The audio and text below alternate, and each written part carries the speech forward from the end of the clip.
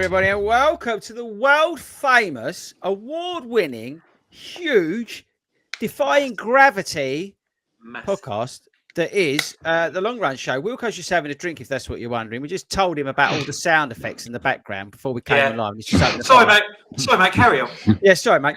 You're like Hayden. Hayden opened his bottle of water for about 3 hours when we did a podcast the other week, didn't it? Anyway, it doesn't matter. Tonight, we are talking about running coaches, and are they worth having? So I thought when we come up with this, I thought, you know what, I'd invite two of my deepest friends, and who also, not you, Will, I didn't kill myself, mate. It's all right. Who are also in the stable that is 40 Runs Coaching. I want you to think of these people that we brought onto the show as stallions, you know, like thoroughbreds. They're in the stable and they're ready to go. Okay, and we train with them at the horse place, and then we wheel them out, we let them out, and we put them in the truck, and we take them to the race, and they go. That's what I want. Yeah, that's what I want you to think about. But we lovingly care for them. So we've got.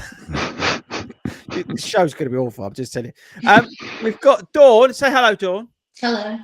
And we've got Simon. Say hello, Simon. Hi, everybody. And we've got obviously Wilco's here. Yeah,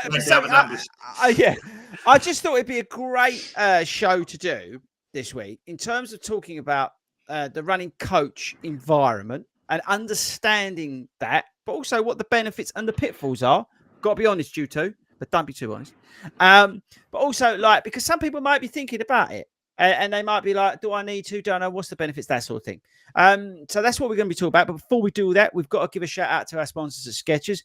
I want you to go all over to skechers.co.uk and I want you to all buy some stuff on there because then that helps. Dawn, if you was buying some running shoes, I'm trying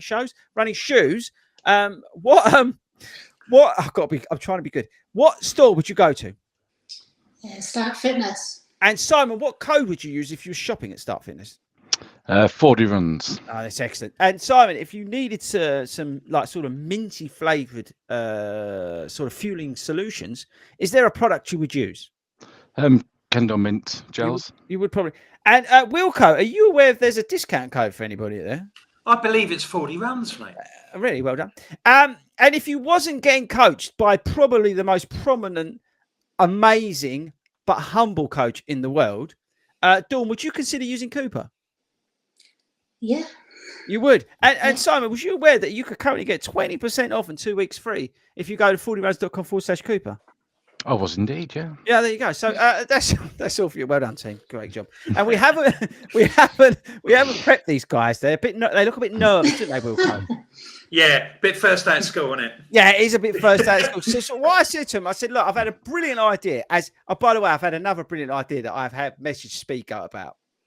I can't tell you what it is, but if we do it, it's brilliant. We have about 5 of these every half an hour. So one of my brilliant ideas on the trade was I think we do genuinely need to do a podcast about running coaching and stuff like that, because I think this is so popular running at the moment, and people are using apps like Cooper and stuff like that. But people like Dawn and Simon go down the route of getting a run coach. Now, if you have absolutely no idea about me, I'm a qualified athletics and running coach. Okay. So I did my badges and all that sort of stuff. I sort of specialize in endurance, that side of things. So that's my background, okay? And I coach runners on a one-to-one basis. I coach them on a group level and all that kind of thing, okay? So just so you know. But Dawn and Simon, starting with you two, what was the sort of thoughts behind getting a running coach, Dawn? I wanted a bit more structure into my running rather than just going out and doing fast running all the time, or just, no pattern to the running. You did my plan for Yorkshire Marathon, which was obviously one of the written plans. And after that, when I was going for Manchester Marathon, you messaged me and asked if I fancied the coaching, which I've done now for over a year now. And she's absolutely. Dawn is such a good runner. And not just pace, all right, put that to one side, but in terms of being absorbed in the whole process, it's like a dream. Very much like Simon as well, getting involved in it, and we'll come on to that. So Simon, the same question to you. In terms of the coaching, what was the sort of thought process for you to take out coaching? I mean, I suppose for me it was so I only really started running properly during lockdown. Familiar story. Started around, was it March 2020? Ran a bit, got injured a bit, ran a bit, got injured a bit, and then decided to do a marathon. One Christmas day, myself and 3 family members, we made a pact that we're going to run a marathon together. We did that in November 2022. It went fairly well. And then I think I messaged you, Chris, just after that and said, I quite fancy qualifying for Boston. And there's a lot of that in the email, but that was a general gist of it. And we touched base and made a plan. Yep. And then we went on from there. We'll come on to that. Wilco, just to bring you into this, obviously you're not coach, you're doing the Hanson plan and at the moment, yeah. Has there ever been a time where you thought about getting a coach? Well, I mean, I'm in a, I'm, without blowing smoke or anything, I'm in the fortunate position that we see each other regularly. So I know that I do have a fascination of trying to work things out for myself and, things like that. But I know that if I've got if I come across anything, so I can tap your brains and say, oh, what do you think about this? Should I be doing this? Should I be doing that? And, so I can get the advice. So that's mainly why I haven't gone the full hog, because I do have the privilege of regular, seeing you every week. Yeah, you're in that group coaching environment. Yeah. So like, let's say a traditional running club that does coach sessions and things like that. Wilco's in that environment. So he is getting that element of coached.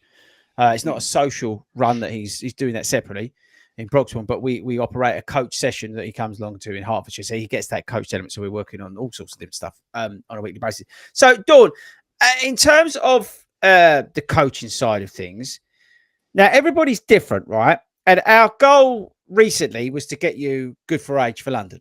Yeah. Which you destroyed Yeah. quite easily. Should have gone faster.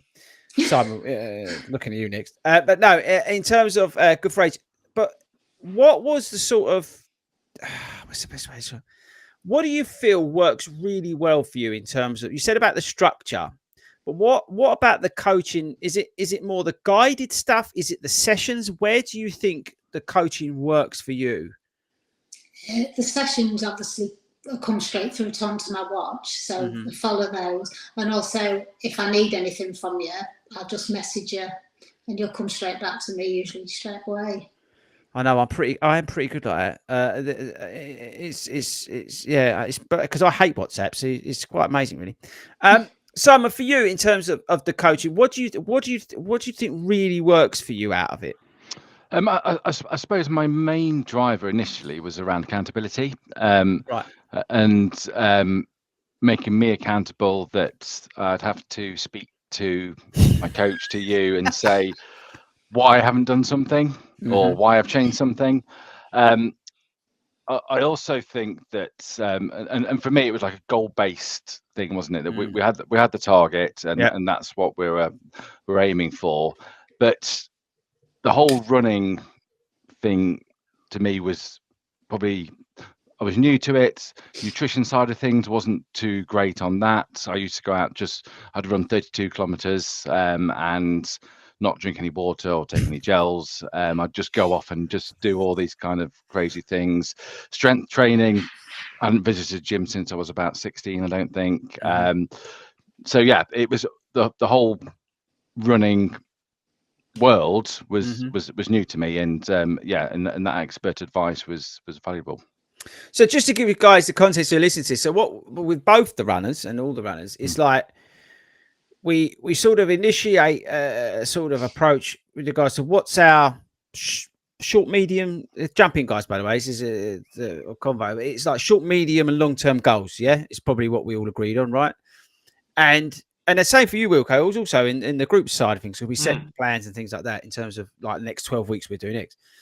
So we established goals early for all of you. So like Dawn, GFA, Simon, BQ, and that sort of thing. And then we start the approach based around you as runners, and that's the key element versus, let's say, a Cooper, which we love. Just putting that out there, we love Cooper, but it's that, and you can tailor that to a degree, but it's that really tailored element to you as a runner, where certain sessions work, certain sessions don't, certain mileage works, certain mileage doesn't. Simon, you and I had a brilliant conversation.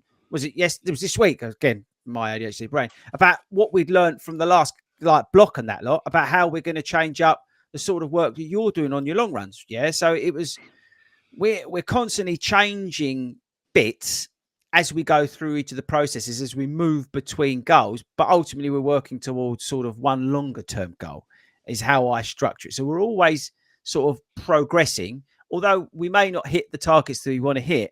Ultimately, we're still moving forward. So in terms of the process, Dawn, I'm looking at you. What do you, if you had to stop coaching tomorrow, what do you think you would miss from it? Tough one, isn't it? Sorry, get ready. Yeah, put me on the spot first. Sorry, man. I usually do it to Marissa because it's great fun. Delay me. I think it'd be more the one-to-one, because obviously I've done it for the coaching for a long time now.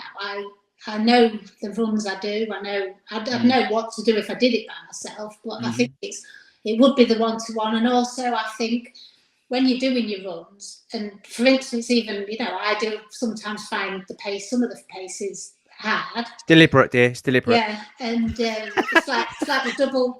Yeah, that was brilliant. I'll give you an example, right? She messaged me. She went, "Foldy, I think there's something wrong with my plan this week."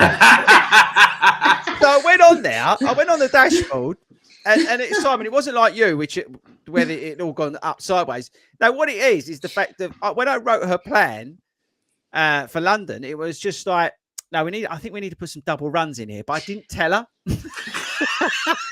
And she said to me, there appears to be an extra run. I move it. I went, no, you've got to do it today. So she's got. So sorry, mate. Yes, I totally interrupted you. That was quite amusing this week.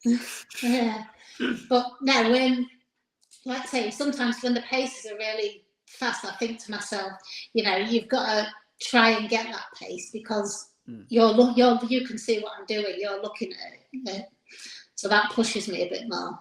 Accountability, like Simon, like you were saying. And if I suppose if I wasn't doing that, really struggling sometimes, you do back off a bit and take the easy option. Yeah, and actually, to switch over to you, Wilco, I'll come back to Si, if that's all right. In terms of just on the group setting, actually, in terms of the coaching we do, you always say, like, and the guys regularly say it on a Tuesday, if I wasn't coming to this, and I think they said it on this Tuesday, there's absolutely no way, like, I would be running this session or doing this pace or putting this effort in. I wasn't there this week, but I saw everybody's on Strava, and just to tell Simon and Dawn, it was how much could you do in 20 minutes, wasn't it? It was going hell for leather, and they'd just got like a little loop of basically a big roundabout, not much bigger than that, is it? It was horrible. It's about 250, 300 yards rounds, and they're just bombing it round there. But you don't do that thing. And I think particularly when, marathons invariably are the sort of like thing that most people, I'd imagine, saying to you to do, like, I'm doing a marathon, I want to do this, that they talk about 80 to 20%, so the 80% of your easy and all the stuff that you can do on your own, your 20% used to be, was Tuesday nights. Tuesday night, I know that I'll do something, I'll put through it. I'll get, it might be a quick out, it might be an out and back, or at least something more than, 11 and a half minute miles. Yeah, and like you say, Dawn, it's that I would never do that unless I knew Chris was watching what we're doing. And then like, so you and I we're talking about the paces, we were talking about the efforts just this week in terms of how that was feeling and that side of things. So, but same question to you. We've gone a little bit off, but same question to you. If you stopped the coaching, what would you miss the most? I suppose it's that adaptability and the collaboration between us, really. That prior to coaching with you, I probably, like everybody, you download a plan off any old website. I got one from a particularly well-known one, and that went went up on the wall, ticked off the sessions, but it was very much try to do everything that was on there, and some of it wasn't achievable, some was a bit too easy, some wasn't quite hard enough. And I suppose what the coaching we do now, and it's app based and it's adaptable, and it's a two-way thing that we can both adapt it, and we have that collaboration between us where we discuss how things are going and make those adjustments as we need to, really. And does it prevent injury? Possibly, because we talk through how things are going, and I suppose it's that's the side of it that I would miss. Would I go back to a poster on the wall that I would tick off every day, and may or may not achieve. Can I just ask a question? Yeah. How much is it a two-way conversation between the pair of you? How much, Chris, are you telling Simon and Dawn, you've got to do this, you've got to do that? And how much do you sort of like chat about things and mull stuff over? Yeah, it's a good question, Wilco. For me, I don't really need to tell them what to do because that's all on the app, right? So if you didn't know, the performance coaching that I run is app-based. The sessions are on there. The guidance in terms of paces are on there. There's data to you can geek out on and stuff like that. And we can look into that. We can look at accuracy scores. We can look at stride lengths, and we can look all that. But ultimately, for me, the difference is the human element. So yes, they can go out and do the sessions, and I can tell, but it's understanding how that session felt, how that session went, and what do we need to tweak. Like Simon said, if you're getting close to burning out, if we're overtraining, if the pace is a little bit strong, or those long runs, like we just said, Simon, I didn't nail it in terms of his long runs, where we'd done a plan before where he BQ'd. We had doing a different sort of long run and methodology behind the plan was different, and we shifted that because we was hunting a time, so we was more pace focused, and that didn't necessarily work out. And you learn from that, but I only learned that, and Simon only learned that because of the conversations that we have on a one-to-one basis. And the same with Dawn. Dawn's like a sponge. Yeah, she's just absorbing. I know she's sitting there, but she's always absorbing the conversation and the direction of travel. But it only becomes because of how much we're discussing what's the current results, where are we at, what's the feeling. So, and that's the sort of the feel of it all. It's I said it, I think, in the podcast the other week. As a running coach, so to speak, you get runners, and immediately you'll make a difference because they haven't got structure, and like Dawn said, they haven't got that, or Simon said they haven't got that accountability. But it's where you get, where you've got a specific aim, like these two had, good for age and BQ, that we've got to work towards. That's effectively where you earn your money. Because you're moving the needle just a fraction now in terms of moving them there and there. And as I said, I'm quite open. Like, so we, whether we got it wrong, but we've learned from doing one direction. But listening to these two and my other clients, we will routinely change things and change it up. And I suppose for Dawn and Simon as well, it's crucial to have somebody who is approachable and will listen. It's a bit like going to the doctors and like not telling them that you're ill. It's like if you go, oh yeah, I'm all right. Everything's like you have to tell the truth. And if you've got somebody on the other side of the fence who you feel is approachable, and you could say, oh mate, that was terrible. Oh, I had a stinker of a session, or I can't do that. I'm struggling with that, or this was brilliant, or I don't think. You're able to offer your opinion, and you'll know that things will be taken on board, and you can chat about things. Yeah, I completely agree with that. And in terms of the coaching sessions and how the conversations go, we don't really talk about any particular sessions. We'll have a discussion around long runs, paces, that kind of thing, but we don't talk about doing 4K at whatever pace off 30 seconds and going through that sort of detail, because that's all on the app and that's in the plan. And Chris will probably tell you more about, from coaching multiple people, around emotional intelligence and how he understands particular people and drivers and how people react to things. But I think it's also important to remember that actually one of the other positives of coaching is around confidence building. I know from the marathon I did where I BQ'd that I was struggling to hit the paces for BQ, which was 3:20 for me for my age group. And a week before the marathon, Chris said to me, "You can do 3:10." I didn't believe I could do 3:20 at that point. And that one conversation, that one liner, I took into the marathon and ended up doing 3:09. And I may not have done that had I not had that particular conversation. Yeah, Ben would tell a similar story, wouldn't he?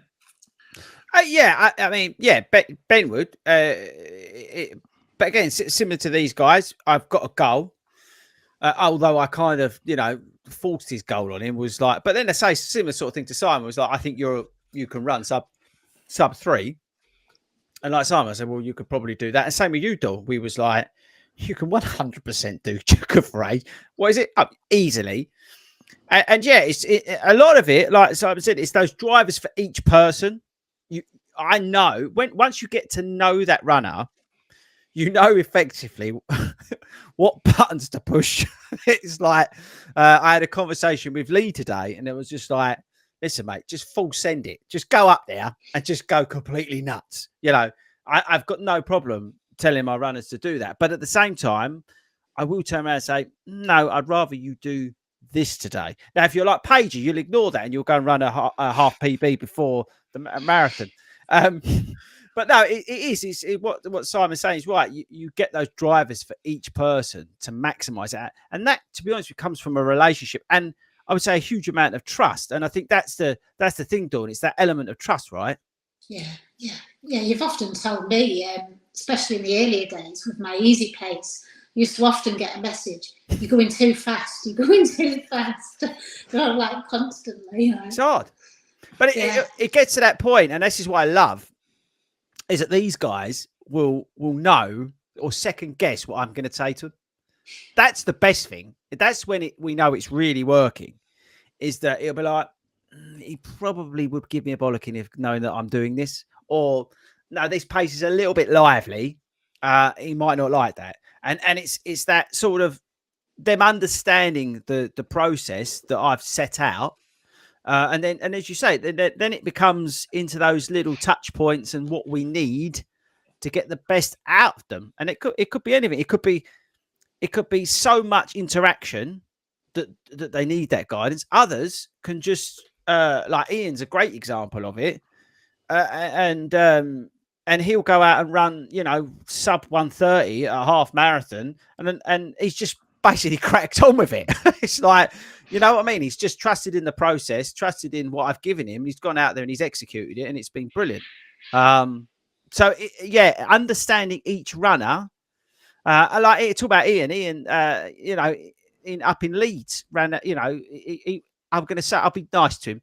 He's on the other side of the age spectrum. I'll be kind, Ian. You know how much I love you. But he was so happy with how that he PB'd at the Leeds marathon. It absolutely killed it, and he was so proud of himself. But I was so proud of him. But we gave him no real expectations because I didn't want to give him that added pressure. But he trained so well, and it was there for the taking. He just needed that little push, and it's that sort of stuff, I suppose. Again, where you effectively you earn your money. Moving on to wrap it up. Can I ask one question? Yes, of course you can, sir. So obviously Dawn and I both have started coaching because we had a particular goal we wanted to achieve. Mm-hmm. How would your coaching methods change for, say, a new runner who just got into coaching? Would you approach that differently?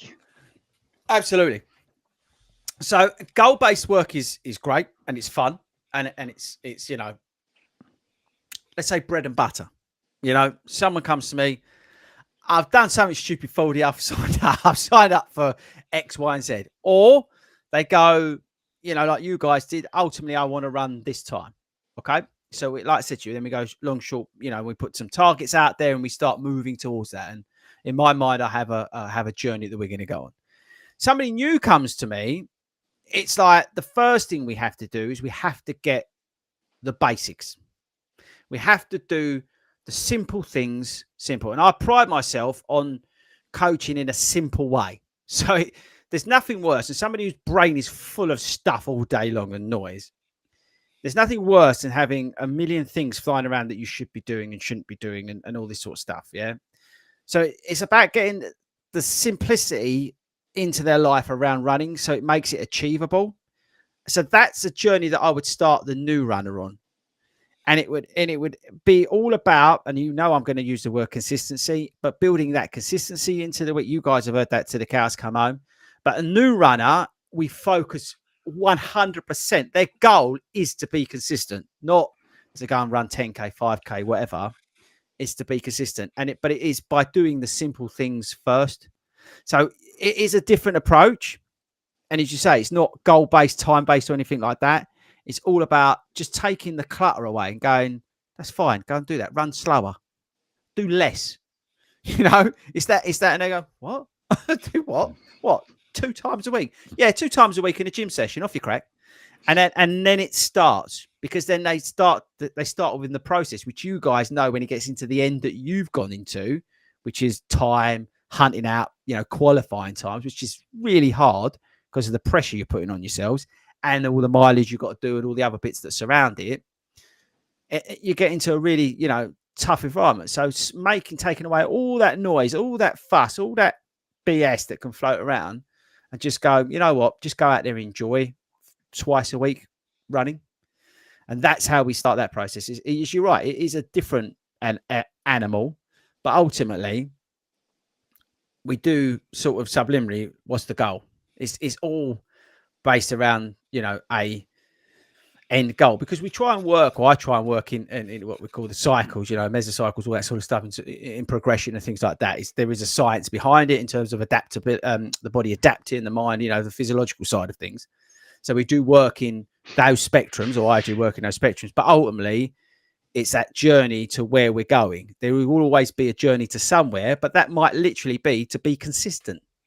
Everybody wants to progress. Otherwise, they wouldn't put a pair of trainers on. Yeah, you want to lose weight. You want to run for your mental health. You want to get to 10K, or you've signed up to do Race for Life, or whatever it is. But you need, like Simon said, you need a coach to be accountable. It can literally be as simple as that. But good question. So okay, I'm going to open myself up, and I don't know why I'm doing this, Wilco, and you're not allowed to answer this, Wilco. I'll put my mute button on. Put mute on. I'm going in. I don't even know why I'm doing this. What do you think a coach could do better? Dawn. Don't think I'm here. I want you to know what you could get better. What do you is there something that's missing that you feel like a coach could do better, or that you would need from a coach that you might not be getting, or are you okay as you are? No, I think I'm okay as I am. She's good. Simon, just because she was nice, it don't mean you have to be. Well, I've got a list actually. Did Wilco give you that list? What did Hayden give you that? I did see him over Christmas. What do you think? What is there something that if you was looking, let's say I got hit by a bus, right? And you was like, I need a new coach, but actually I need this element. This element's missing from me. Be honest. So for me, I think actually it's about having those open and honest conversations and we do have those, and we challenge what we do, and I challenge how things have gone. And we had a debrief, didn't we, on Valencia earlier in the week. That I think it's you say, what would I miss? What I'd look for is something similar where we can have that open, honest dialogue and hold hands up when we think we've got something wrong. And like I said to you in the week, it's more than happy to say, yes, that's a load of nonsense what you're talking, Yeah. but let's have the conversation around it. And I think that would I miss that? No, I suppose the question is that's what I'd look for in the next one. You'd want somebody who can hold their hands up, or as you say, I think it's and I would look for that in a coach. I would look for somebody that I could challenge on a point and say, might have cocked that up, or actually, I think we need to change that. And what do you think? And actually be able to take that and challenge that. I would look for somebody like that. And I do think and I believe it or not, I do look back at the blocks we do, Simon, as you said. And we had a great conversation the other day. I do look back, even Dawn, like when we finished, the blocks that we've got to. I know we're into a new one. It's like, right, what could I have done better? Wilco, I think you asked me that question on a pod recently. Do I review my performance as a coach? And the answer was yeah, I do. And I think you're right. But I think I still need to be more accountable for some of the decisions that we've made, Simon, looking at you because of what we said the other day. And I think I would look for that in a coach in terms of making sure. So Dawn, message to you, even though you're very nice, you still need to make sure you question some of the stuff I do. So there we go. All right. Can I just bring something up as well? Like Simon, I saw you doing the famous 3 mile route along the Meads with Ben and Chris. It must have been when you were doing Berlin, and I was. I passed on the other side of the road. I was doing Yorkshire. Now that you obviously took the opportunity there to meet up with Chris and to see him, and to how much does it benefit to actually be able to meet up every now and then? And Chris, I suppose linked to you. I mean, you see people at events. How many times do you actually get out to manage to see people? I'll jump in, Simon, and you can jump in as well. You got to remember, Wilco. I coach, like the setup is virtual. Okay, right. So because I coach runners around the world. Okay, so I coach runners also in the US, and I've also coached other runners in other parts of the world. So it can be a bit tricky to do that. Some weeks to pop on a plane and go to the US, but so it's a more of a virtual thing. But it is nice. Answering your question, it is really nice when I go to events and races and I will see Dawn, and I will bump into like Simon. Like I've seen you at a few races and things like that. Yeah, he came over to train with me, and that was great. But obviously, that's the benefit of being, that you can travel and do that. But I think one of the things I really like is when I can get to a race that these guys are at. I think that's, and I know I appreciate that on race day, most days I'm like flying about with ADHD and autism all over the place, and I'm just a complete mess. But I do enjoy seeing those on those days. It is actually a really nice treat. Even on a shakeout run, just to see them. It's quite nice. It's quite even if it's like for 5 minutes just to catch up, I quite enjoy that. But sorry, Simon, I jumped in on top of you. Yeah. So I mean, yes, Wilco, I can remember. Yeah, but I did see you. I actually got in touch with Ben rather than Chris. Yeah, it wasn't me. Ben happened to mention that I've got to run at the weekend. We had similar plans. We were both doing Berlin, and we kind of communicated over that, and we decided to meet up to do I think it was a 20 miler one Saturday, and I think it was just a byproduct that Chris was there. Lucky. It was nice to see him. We did 3 mile loops, so 5k easy and then 5k quickly. So the 5k easy we ran together, and then the quick ones, Ben went off. I tried to follow him, couldn't, and then Chris followed along behind. So we were kind of, we didn't speak to each other much during those ones. What he's politely saying, Wilco, is basically, I was too slow to keep up with him. I was there, mate. I saw it. You don't have to tell me. I was trying. I'm like, where is that? Yeah, I'm looking at the one. He's got me in a minute. It's just like, yeah. But again, it's just great. And Dawn, same for you. It's like, if I see you at a race or whatever, it's great, isn't it? Yeah, we even met up at Hart, didn't we? When we did the Hart, and did the loops on that.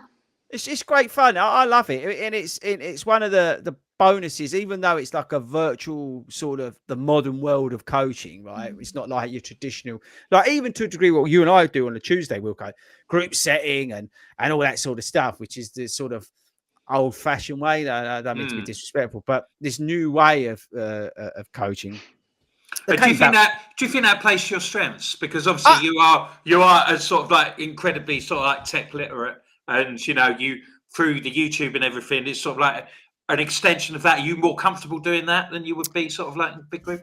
I do love coaching on a group basis,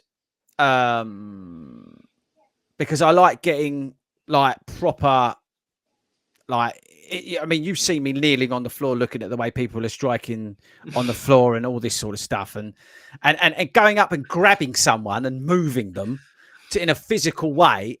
That's how I learned my trade. Yeah. But I do really, really enjoy the virtual side of things because it allows me to connect with so many more students. See what I did there? Made you feel all young. Students. Because it opens you up to meeting new people and coaching, working with more people again across the world that you wouldn't necessarily have access. So I really, really thrive in that environment because I just love runners and I love working with runners of all abilities. And again, I've worked with a runner who had a disease, first sort of person ever to run the London Marathon with that disease, and he smashed it. I think he was one of the last people to finish, but his dream was to run it. Yeah, and get across that line, and we coached him to that. And then you've got these guys who are good for age, BQ, and all that side of things. So I've got the full spectrum, which is fantastic, really is. And as a coach, you thrive in that. And being virtual, you're able then to work in those environments. But then, as I said, then I get the benefit of the physical sort of, I wouldn't say shouting and screaming at you, but sort of encouraging you to go faster, Wilco, which I know you enjoy. I always put it in. Yeah, I know you do. Team, we've gone over the half hour. So I'd like to thank you for coming on and talking openly and honest. I appreciate it. Is there anything you would like to add to before you leave about how coaching has worked for you, and would you recommend it to anyone, Dawn? Yeah, coaching has definitely worked splendid for me. Like I say, I got my Manchester time, which was my good for age. I then went on and did Chester, got even quicker. I'm obviously doing London in April. Quicker. But going for Chicago for the time. Yeah, enjoy London. So, sorry, can I just ask, Dawn, what sort of time are you looking for then? Chicago. For Chicago, 3:30. That's moving, isn't it? And what's your PB at the moment? 3:39. And and what was the first one you ran? I can't even remember. 4:05 at Chester. Amazing, isn't it? Not Chester, sorry, Yorkshire. Yeah, Yorkshire, sorry. And Simon, have you got any closing thoughts on today's award-winning show? No, only that if you are apprehensive about contacting a coach, just go for it. See how it works out for you. Whatever your goal is, whether it's a PB time-based goal or it's a distance-based goal, whatever the goal might be, it doesn't matter. It's about going through that process, and I would recommend it to everybody. Brilliant. If you are interested in coaching, you don't necessarily have to come to me. I'm full at the moment anyway. But if you are interested in picking something up, drop me an email, hello@40runs.com. All the information's on there. But, there are other coaches out there. So, find one. That's my key message to you, is find one that works for you. And I get that a lot. I get people come to me and go, I was with this guy or girl and, and this just, that didn't work. There was that connection or whatever, or that methodology wasn't working. So sometimes you need to move about and find that person.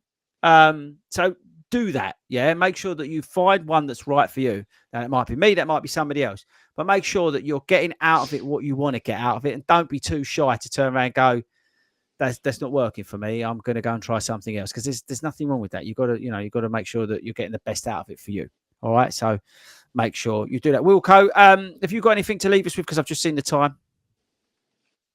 No, I think it's been a long shift, hasn't it?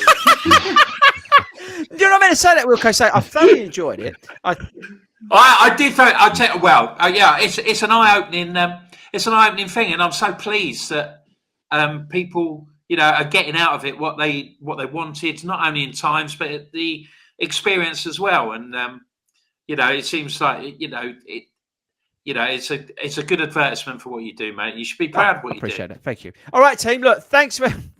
I smart me ass. But yeah, I appreciate it, Wilco. Thanks very much, guys, for giving up your evening to record this. I genuinely really appreciate it. But you better go to bed because you've probably got like long runs to do tomorrow. So no slacking. And we shall see you all on the next show, whenever that is. I've got no idea. Wilco, no idea what to do. We should just see you say at some point. So say bye, boys, everybody. Bye, boys. Bye.